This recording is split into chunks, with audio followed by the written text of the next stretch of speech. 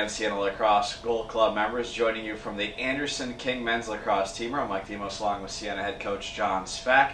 And Coach, had your conference opener on Saturday, and really a tight game through the first three quarters, 7-6 going into the fourth, and then Canisius just unfortunately had a big fourth quarter there.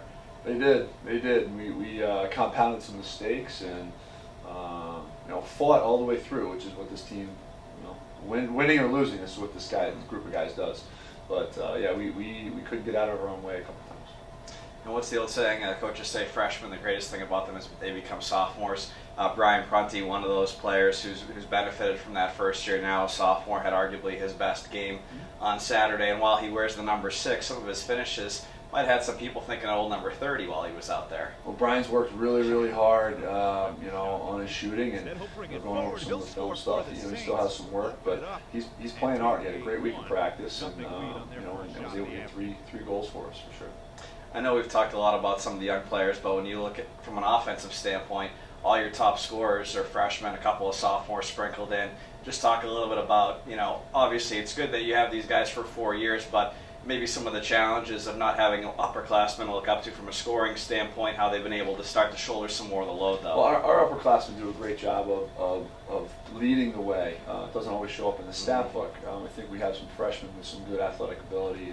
Eric Munn's one of those kids. Eric had, I forget what his shots were. I think it was 8 shots or 6 shots, but and he needs to dial it in a little bit. He needs to take a page out of a Kevin Cousin book where Kevin's not taking as many shots because he's not getting the right look for him, so he's dishing it off a little bit. Eric's going to continue to develop and do a great job. Our seniors and our juniors are doing a really good job of pulling those guys along, and it's up to the underclassmen to follow along and learn those lessons, and hopefully this week we'll have learned some lessons from Canisius to move on to Quinnipiac.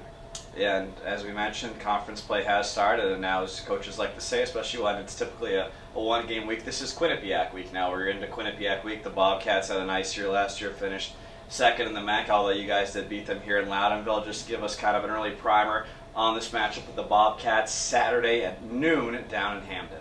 Well, it's going to be a great matchup. We're on their field. They started off pretty hot this year. They've got some goal scorers, some new kids that we haven't seen yet. We haven't started watching the tape. We'll start watching that today.